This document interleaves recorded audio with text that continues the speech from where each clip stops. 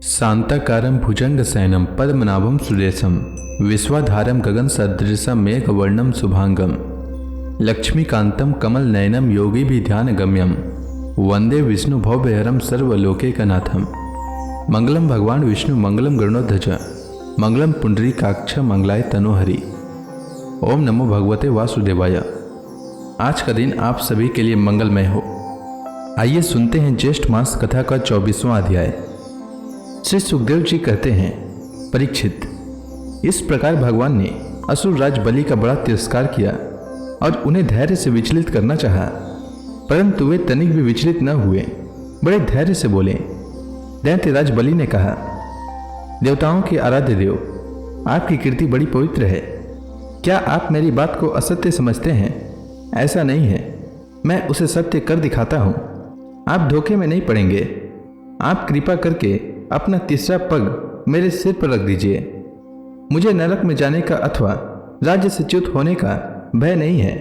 मैं पास में बंधने अथवा अपार दुख में पड़ने से भी डरता नहीं।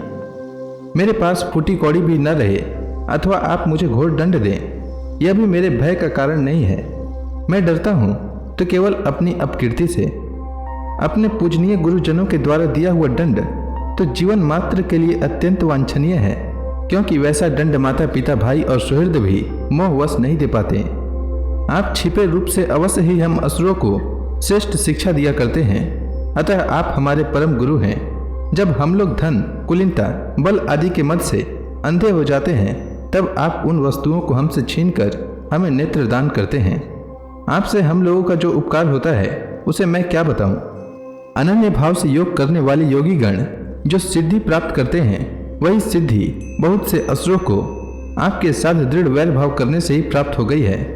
जिनकी ऐसी महिमा, ऐसी अनंत लीलाएं हैं, वही आप मुझे दंड दे रहे हैं और वरुण पास से बांध रहे हैं। इसकी न तो मुझे कोई लज्जा है और न किसी प्रकार की व्यथा है। प्रभु, मेरे पितामह प्रहलाद जी की कीर्ति सारे जगत में प्रसिद्ध है।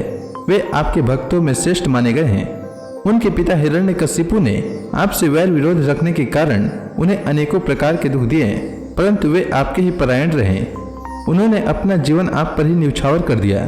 उन्होंने यह निश्चय कर लिया कि शरीर को लेकर क्या करना है, जब यह एक न एक दिन साथ छोड़ ही देता है। जो धन संपत्ति लेने के लिए स्वजन बने हुए हैं, उन डाकुओं से अपना स्वार्थ ही क्या है?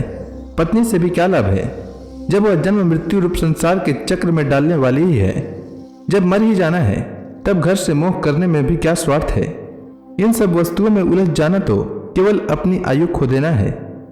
ऐसा निश्चय करके मेरे पितामह प्रहलाद जी ने, यह जानते हुए भी कि आप लौकिक दृष्टि से उनके भाई बंधुओं के नाश करने वाले शत्रु हैं, फिर आपके ही भय रहित एवं अविनाशी चरण कमलों की शरण ग्रहण की थी।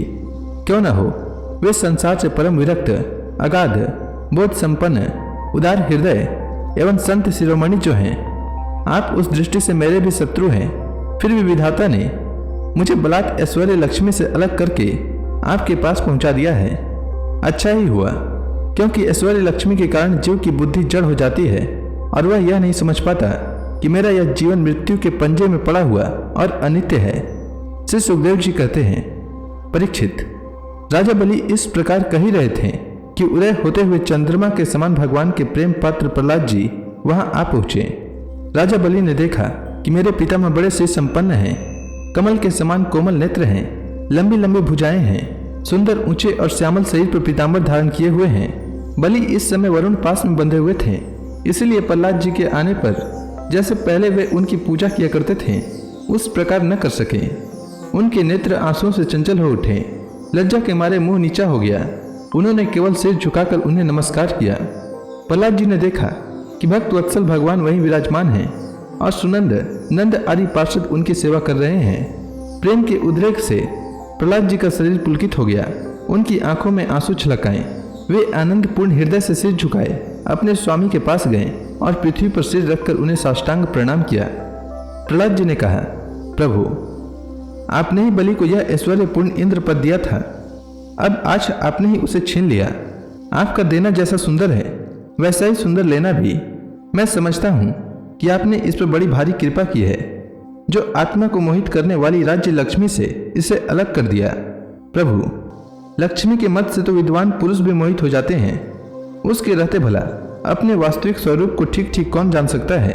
अतः उस लक्ष्मी को छीनकर महान उपकार करने वाले समस्त जगत के महान ईश्वर, सबके हृदय में विराजमान और सबके परम साक्षी श्री नारायण देव को मैं नमस्कार करता हूँ। श्री सुखदेव जी कहते हैं, परीक्षित, प्रहलाद जी अंजलि बांधकर खड़े थे। उनके सामने ही भगवान ब्रह्मा जी ने वामन भगवान से कुछ कहना चाहा, परंतु इतने में ही राजा बलि की परम साध्वी पत्नी विंध्यावली ने अपने पति को बंधा देखकर भयभीत होकर भगवान के चरणों में प्रणाम किया और हाथ जोड़ मुंह नीचा कर वह भगवान से बोली। विंध्यावली ने कहा, प्रभु, आपने अपनी क्रीड़ा के लिए ही इस संपूर्ण जगत की रचना की है।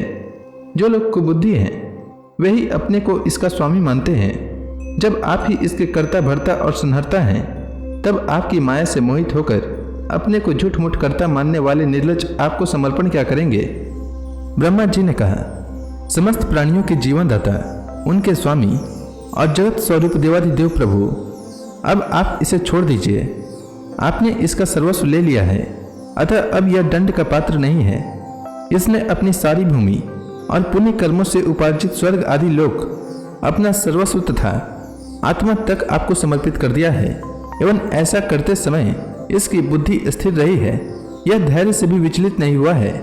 प्रभु, जो मनुष्य सच्चे हृदय से कृपणता छोड़कर आपके चरणों में जल का अर्घ्य देता है और केवल दुर्वा दल से भी आपकी सच्ची पूजा करता है, उसे भी उत्तम गति की प्राप्ति होती है। फिर बलि ने तो बड़ी प्रसन्नता से धैर्य और स्थिरता पूर्वक आपको त्रिलोकी का दान कर दिया है, तब यह दुख का भागी कैसे हो सकता है। श्री भगवान ने कहा, ब्रह्मा जी, मैं जिस पर कृपा करता हूँ उसका धन छीन लिया करता हूँ, क्योंकि जब मनुष्य धन के मत से मतवाला हो जाता है तब मेरा और लोगों का तिरस्कार करने लगता है। यह जीव अपने कर्मों के कारण विवश होकर अनेक योनियों में भटकता रहता है। जब कभी मेरी बड़ी कृपा से मनुष्य का शरीर प्राप्त करता है, मनुष्य योनि में जन्म लेकर यदि कुलीनता, कर्म, अवस्था, रूप, विद्या, ऐश्वर्य और धन आदि के कारण घमंड न हो जाए तो समझना चाहिए कि मेरी बड़ी ही कृपा है। कुलीनता आदि बहुत से ऐसे कारण हैं जो अभिमान और जड़ता आदि उत्पन्न करके मनुष्य को कल्याण के समस्त साधनों से वंचित कर देते हैं, परंतु जो मेरे शरणागत होते हैं वे इनसे मोहित नहीं होते। यह बलि दानव और दैत्य दोनों ही वंशों में अग्रगण्य और उनकी कीर्ति बढ़ाने वाला है। इसने उस माया पर विजय प्राप्त कर लिया है जिसे जीतना अत्यंत कठिन है। तुम देख ही रहे हो, इतना दुख भोगने पर भी यह मोहित नहीं हुआ। इसका धन छीन लिया, राजपद से अलग कर दिया, तरह तरह के आक्षेप किए, शत्रुओं ने बांध लिया, भाई बंधु छोड़कर चले गए, इतनी यातनाएं भोगनी पड़ी, यहाँ तक कि गुरुदेव ने भी इसको डांटा फटकारा और साप तक दे दिया, परंतु इस दृढ़व्रती ने अपनी प्रतिज्ञा नहीं छोड़ी। मैंने इससे छल भरी बातें की, मन में छल रखकर धर्म का उपदेश किया, परंतु इस सत्यवादी ने अपना धर्म न छोड़ा। अतः मैंने इसे वह स्थान दिया है जो बड़े बड़े देवताओं को भी बड़ी कठिनाई से प्राप्त होता है। सावर्णी मनवंतर में यह मेरा परम भक्त इंद्र होगा। तब तक यह विश्वकर्मा के बनाए हुए सुतल लोक में रहे। वहां रहने वाले लोग मेरी कृपा दृष्टि का अनुभव करते हैं, इसीलिए उन्हें शारीरिक अथवा मानसिक रोग, थकावट, तंद्रा, बाहरी या भीतरी शत्रुओं से पराजय और किसी प्रकार के विघ्नों का सामना नहीं करना पड़ता। बलि को संबोधित कर भगवान ने कहा, महाराज इंद्रसेन, तुम्हारा कल्याण हो। अब तुम अपने भाई बंधुओं के साथ उस सुतल लोक में जाओ जिसे स्वर्ग के देवता भी चाहते रहते हैं। बड़े बड़े लोकपाल भी अब तुम्हें पराजित नहीं कर सकेंगे। दूसरों की तो बात ही क्या है, जो दैत्य तुम्हारी आज्ञा का उल्लंघन करेंगे मेरा चक्र उनके टुकड़े टुकड़े कर देगा। मैं तुम्हारे अनुचरों की और भोग सामग्रियों की भी सब प्रकार के विघ्नों से रक्षा करूंगा। वीर बलि, तुम मुझे वहां सदा सर्वदा अपने पास ही देखोगे। दानव और दैत्यों के संसर्ग से तुम्हारा जो कुछ आसुर भाव होगा वह मेरे प्रभाव से तुरंत दब जाएगा और नष्ट हो जाएगा। तो इसी के साथ यह अध्याय समाप्त हुआ। इसके आगे से सुखदेव जी ने क्या कहा यह मैं कल के अध्याय में सुनाऊंगा। तब तक के लिए भगवान हरि का नाम लेते रहें। तो प्रेम से बोलिए भगवान विष्णु की जय, श्री कृष्ण भगवान की जय, समस्त देवी देवताओं की जय।